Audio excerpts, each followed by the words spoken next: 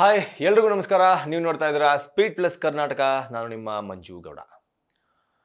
ನಿನ್ನೆ rocking star Yash ಅವರು ಅವರ ಪರ್ಸನಲ್ ಜಿಮ್ ಟ್ರೈನರ್ ಆದಂತಹ ಪಾನಿಪುರಿ ಕಿಟ್ಟಿ ಅವರ ಒಂದು ಹೊಸ ಜಿಮ್ನ ಇನಾಗ್ರೇಷನ್ಗೆ ಬಂದಿದ್ರು. ಕಷ್ಟಪಟ್ಟು ತಗೊಂಡಿರೋ ಚಿನ್ನನ ಕಡಿಮೆ ಬೆಲೆಗೆ ಮಾರೋಕ್ಕಾಗತ್ತಾ? ಒಳ್ಳೆ ಬೆಲೆ ಸಿಗೋ ಕಡೆ ಮಾರ್ಬೇಕು. ಇಷ್ಟು ಕಡಿಮೆ ಚಿನ್ನಕ್ಕೆ ಅಧಿಕ ಬೆಲೆ ಕೊಡೋದು ಅಭಯ ಗೋಲ್ಡ್ ಬಯರ್ಸ್ ಮಾತ್ರ. ಯಶ್ ಅವ್ರ ಕೈಗೆ ಸಿಗೋದೇ ಕಷ್ಟ, ಪ್ರೆಸ್ಗಳ ಮುಂದೆ ಸಿಗದೆ ಅಪರೂಪ. ಅವರು ಅವ್ರದ್ದೇ ಆದಂತಹ ಕೆಲಸಗಳಲ್ಲಿ, ಸಿನಿಮಾದ ಕೆಲಸಗಳಲ್ಲಿ ಬ್ಯುಸಿ ಇರ್ತಾರೆ. ಸೊ ಹೀಗಾಗಿ ಸಮಯ ಸಿಕ್ಕಾಗ ಯಶ್ ಅವರು ಯಾವಾಗ ಯಾವ್ದಾದ್ರು ಇನಾಗ್ರೇಷನ್ಗೆ ಬರಲಿ, ಯಾವ್ದಾದ್ರು ಫಂಕ್ಷನಿಗೆ ಬರಲಿ, ಯಾವ್ದಾದ್ರು ಸಿನಿಮಾ ರಿಲೀಸ್ಗೆ ಬರಲಿ, ಪತ್ರಕರ್ತರು ಯಶ್ ಅವರಿಗೆ ಒಂದಷ್ಟು ಪ್ರಶ್ನೆಗಳನ್ನು ಕೇಳೋದು, ಒಂದಷ್ಟು ಅಪ್ಡೇಟ್ಗಳನ್ನು ಅವರ ಅಭಿಮಾನಿಗೋಸ್ಕರ ತಗೊಳ್ಳೋದು ಒಂದು ವಾಡಿಕೆ. ಸೊ ನಿನ್ನೆನೂ ಕೂಡ ಈ ತರಹದ್ದೇ ಒಂದಷ್ಟು ಪ್ರಶ್ನೆಗಳು ರಾಕಿಂಗ್ ಸ್ಟಾರ್ ಯಶ್ ಅವರಿಗೆ ಎದುರಾಯಿತು. ಆದರೆ ಎದುರಾದಂತಹ ಪ್ರಶ್ನೆಗಳಲ್ಲಿ ಒಂದು ಪ್ರಶ್ನೆಗೆ ರಾಕಿಂಗ್ ಸ್ಟಾರ್ ಯಶ್ ಕೊಟ್ಟಂತಹ ಉತ್ತರ ಇದೆಯಲ್ಲ, ಅದು ಎಲ್ಲೋ ಒಂದು ಕಡೆ ತಲೆಗೆ ಹುಳ ಬಿಟ್ಟಂಗಾಯಿತು, ಒಂದು ಕ್ವಶನ್ ಮಾರ್ಕ್ನ ಕ್ರಿಯೇಟ್ ಮಾಡಿತು. ಕನ್ನಡ ಚಿತ್ರರಂಗದ ಬೆಳವಣಿಗೆ ನನ್ನ ಒಬ್ಬನ ಕೈಯಿಂದನೇ ಸಾಧ್ಯ ಇಲ್ಲ.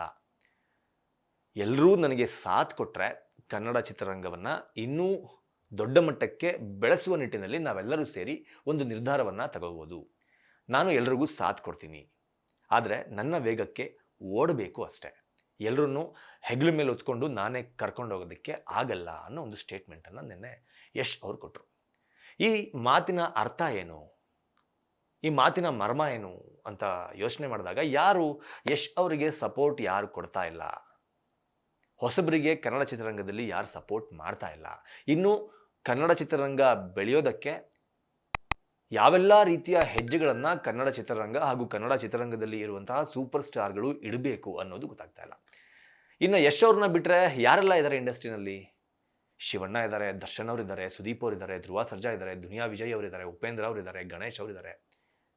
ಆದರೆ ಇನ್ನು ಸಾಕಷ್ಟು ಜನ ನಟರಿದ್ದಾರೆ. ಆದರೆ ಈ ನಟರುಗಳಲ್ಲಿ ಯಶ್ ಅವರಿಗೆ ಸಪೋರ್ಟ್ ಕೊಡದೇ ಇರೋರು ಯಾರು, ಯಶ್ ಅವರಿಗೆ ಬೆಂಬಲ ಕೊಡದೇ ಇರೋರು ಯಾರು ಅನ್ನೋದೇ ಇಲ್ಲಿ ಪ್ರಶ್ನಾರ್ಥಕ ಚಿಹ್ನೆ.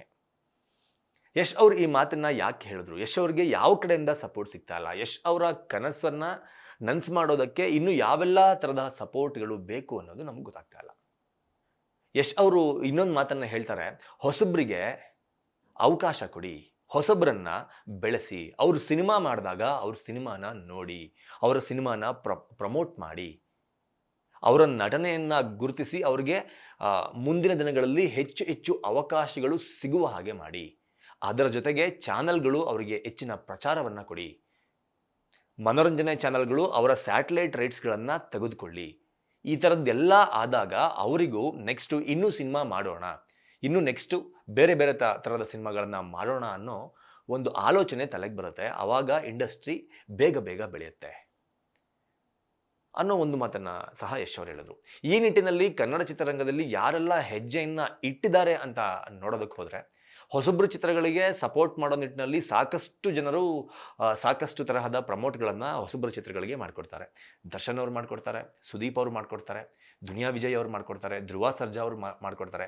ಈ ಥರ ಸಾಕಷ್ಟು ಜನ ನಟರು ಹೊಸಬರ ಸಿನಿಮಾಗಳಿಗೆ, ಅವರ ಪ್ರೆಸ್ ಮೀಟ್ಗಳಿಗೆ ಹೋಗೋದಾದರೂ ಆಗಿರ್ಬೋದು, ಅವರ ಟ್ರೇಲರ್ಗಳನ್ನು ರಿಲೀಸ್ ಮಾಡೋದಾದರೂ ಆಗಿರ್ಬೋದು, ಟೀಸರ್ಗಳನ್ನು ರಿಲೀಸ್ ಮಾಡೋದಾದರೂ ಆಗಿರ್ಬೋದು, ಸಿನಿಮಾ ರಿಲೀಸ್ ಆದಮೇಲೆ ಆ ಸಿನಿಮಾನ ನೋಡಿ ಒಂದು ವಿಮರ್ಶೆಯನ್ನು ಹೊರ ಹಾಕೋದಾದರೂ ಆಗಿರ್ಬೋದು, ಈ ತರಹದ್ದು ಸಾಕಷ್ಟು ಜನರು ಮಾಡ್ತಾ ಇದ್ದಾರೆ.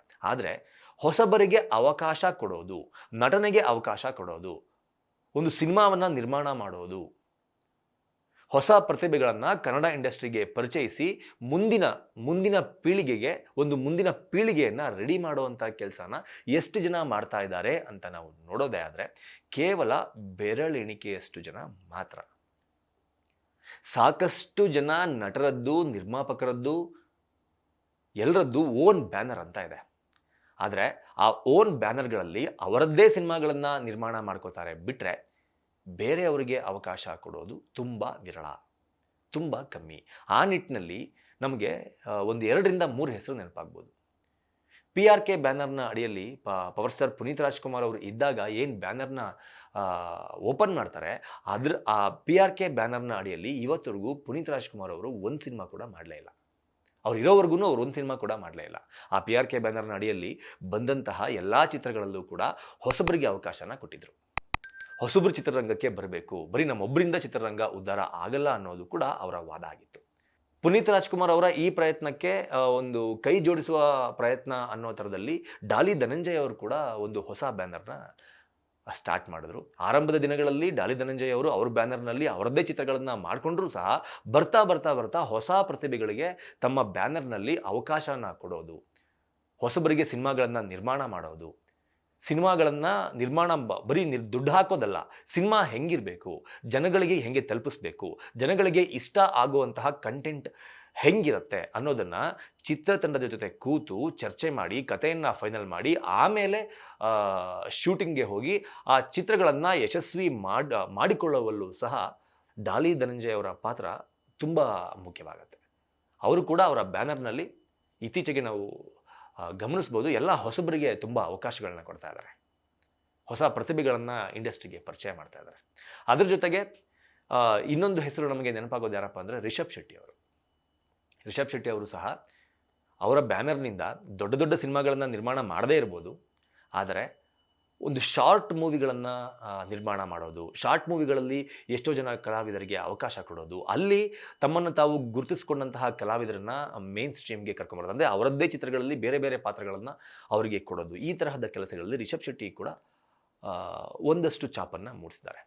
ಈ ತರಹ ಕನ್ನಡದಲ್ಲಿ ಕೆಲವು ನಟರು, ಕೆಲವು ನಿರ್ಮಾಣ ಸಂಸ್ಥೆಗಳು ಹೊಸಬರಿಗೆ ಪ್ರೋತ್ಸಾಹ ನೀಡ್ತಾರೆ, ಹೊಸಬರ ಚಿತ್ರಗಳನ್ನು ತಯಾರು ಮಾಡೋದಕ್ಕೆ ರೆಡಿ ಆಗ್ತಾರೆ, ಹೊಸಬರ ಮೇಲೆ ದುಡ್ಡನ್ನು ಸುರಿಯೋದಕ್ಕೆ ರೆಡಿಯಾಗಿ ನಿಂತಿದ್ದಾರೆ. ಅಂದರೆ ಇವರಿಗೆಲ್ಲರಿಗೂ ಗೊತ್ತು, ಯಾಕಂದರೆ ಅವರು ನಡೆದು ಬಂದ ಹಾದಿಯಲ್ಲಿ ಯಾವೆಲ್ಲ ರೀತಿ ಕಷ್ಟಗಳನ್ನು ಅವರು ಎದುರಿಸಿದರು, ಯಾವೆಲ್ಲ ಪ್ರಾಬ್ಲಮ್ಗಳನ್ನು ಅವರು ಫೇಸ್ ಮಾಡಿದರು, ಎಷ್ಟೆಲ್ಲ ಪ್ರಾಬ್ಲಮ್ಗಳನ್ನು ಫೇಸ್ ಮಾಡಾದಮೇಲೆ ಈ ಲೆವೆಲ್ಗೆ ಬಂದು ನಿಂತಿದ್ದಾರೆ ಅನ್ನೋದು ಅವರಿಗೆ ಗೊತ್ತಿರೋದ್ರಿಂದ ಈ ತರಹ ಹೊಸಬರಿಗೆ ಅವಕಾಶ ಕೊಡೋದು ಮುಂದಿನ ಪೀಳಿಗೆ ಚಿತ್ರರಂಗಕ್ಕೆ ಬರಬೇಕು ಅಂತ ಯೋಚನೆ ಮಾಡೋರಲ್ಲಿ ಇಷ್ಟು ಜನ ಮುಂದೆ ನಿಂತ್ಕೋತಾರೆ, ನಮ್ಮ ಕಣ್ಣಿಗೆ ಕಾಣಿಸ್ತಾರೆ.